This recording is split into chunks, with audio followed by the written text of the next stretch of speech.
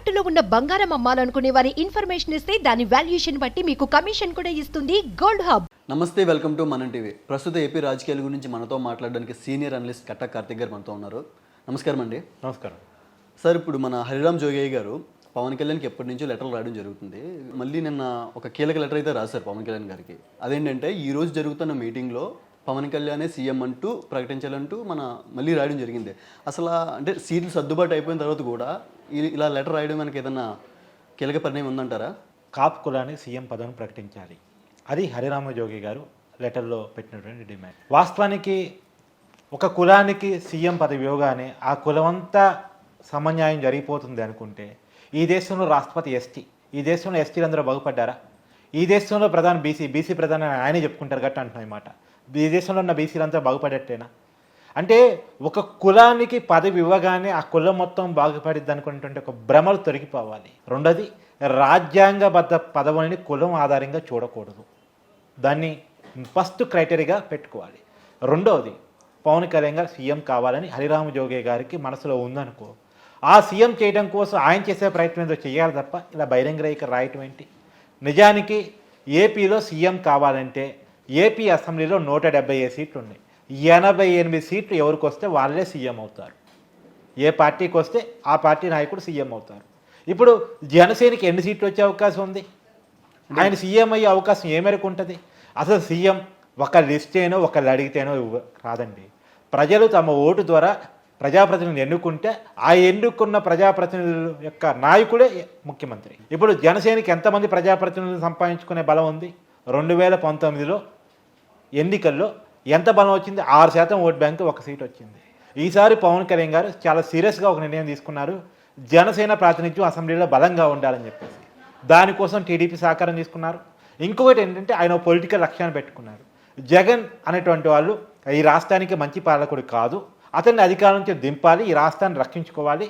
దానికోసం ముందు జగన్ దింపడం కోసం ఈ రాష్ట్రంలో జగన్ వ్యతిరేక అంటే వైసీపీ వ్యతిరేక ఓట్ బ్యాంక్ చేయనివ్వకుండా ముందుకెళ్లాలని ఒక పొలిటికల్ లక్ష్యాన్ని పెట్టుకొని టీడీపీతో ముందుకెళ్తున్నారు. ఆ క్రమంలో గత బలాన్ని అనుసరించి ఆయన 24 సీట్లను తీసుకున్నారు, ఆయన పోటీ చేస్తున్నారు.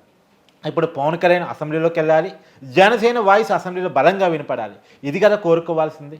అలా కాకుండా ఈ లెటర్లు ఏంటి? ఒకవేళ పవన్ కళ్యాణ్ గారు సీఎం కావాలి, పవన్ కళ్యాణ్ గారు పెద్ద నాయకుడు కావాలి, ఈ కోరిక ఒక్క జోగే గారిలోనే కాదు, చాలామంది జన సైనికులు జనసేన కోసం పనిచేస్తున్న ప్రతి కార్యకర్తలో ఉంటుంది, ఉండాలి కూడా. వాళ్ళ పార్టీ నాయకుడు సీఎం కావాలని ఏ కార్యకర్తకైనా ఉంటుంది కూడా. అయితే దాన్ని ఎలా వ్యక్తపరచాలి? హరిరామ్ జోగి గారు బహిరంగ లేఖ రాస్తున్నారు. పవన్ కళ్యాణ్ గారు అపాయింట్మెంట్ తీసుకొని పవన్ కళ్యాణ్ గారికి తన డిమాండ్ ఏంటో, తన కోరికలు ఏంటో, తన ఆశలు ఏంటో చెప్పుకుంటే సరిపోతుంది. ఇలా బహిరంగ లేఖల ద్వారా ఎవరికి ఉపయోగపడుతున్నారు? వైసీపీకి ఉపయోగపడుతున్నారు. అంటే జనసేన కార్యకర్తను రెచ్చగొట్టే విధంగా, జనసేన కార్యకర్తను అయోమయం పరిచే విధంగా. రెండోది, టీడీపీ జనసేన కూటమి విజయవంతంగా ముందుకు వెళ్ళని విధంగా ఈ లెటర్ రాస్తున్నట్టు కనబడుతుంది. ఒకవైపు ఏమో ఖచ్చితంగా ఈ కోటను ముందుకు తీసుకెళ్ళాలి, కార్యకర్తల్లో ఓటు అటు ఓటు ఇటు, ఇటు ఓటు అటు ట్రాన్స్ఫర్ చేసే విధంగా ఈ రెండు పార్టీలను ఏకం చేయాలని వీరు ప్రయత్నం చేస్తుంటే, ఆయనేమో బహిరంగ లేఖల ద్వారా, ఇప్పుడు లేఖ అంటే పర్సనల్గా రాయాలి, బహిరంగ లేఖలు రాయటం ఏంటి? ఏ ఉద్దేశాలతోటి ఎవరి కోసం జోగి గారు ఈ లెటర్ రాస్తున్నారు? ఇది పవన్ కళ్యాణ్ గారి మీద ప్రేమతో రాస్తున్నట్లేదు, పవన్ కళ్యాణ్ గారి కోసం రాస్తున్నట్లేదు.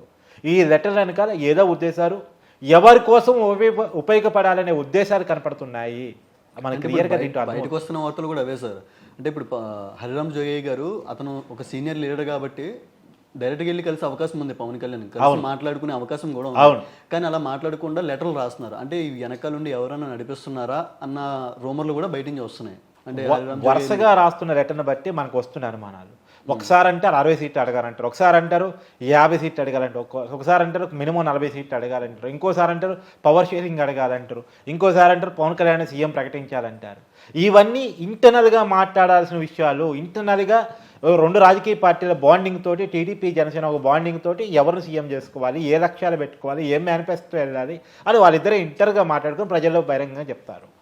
అది ఇంటర్నల్గా మాట్లాడుకోవాల్సిన బహిరంగంగా చర్చ పెట్టడం అంటేనే ఈ కూటమిని అస్థిరపరచాలి, ఈ కూటమిని ప్రజల్లో గందరగోళపరచాలి, జన సైనికులను రెచ్చగొట్టాలి అనేటువంటి ఒకటి మనకు కనపడుతూ ఉంది. నిజంగా పవన్ కళ్యాణ్ గారు ఆయన సీఎం చూడాలనుకుంటే, పవన్ కళ్యాణ్ గారిని సీఎంగా చూడాలనుకుంటే జోగయ్య గారు చేసే కృషి ఏంటి? వాస్తవంగా కాపులకు సీఎం కావాలి, కాపులంతా ఐక్యం కావాలి. సరే, ఆ ప్రయత్నం చేయమనండి జోగి గారిని. వైసీపీలో ఉన్న కాపులని, టీడీపీలో ఉన్న కాపులని అందరినీ తీసుకొచ్చి మనకు ఓ నాయకుడు వచ్చాడు, మీరంతా ఆయన వెనకాల నిలబడాలని చెప్పేసి వాళ్ళందరూ ఒకటి చేయమనండి.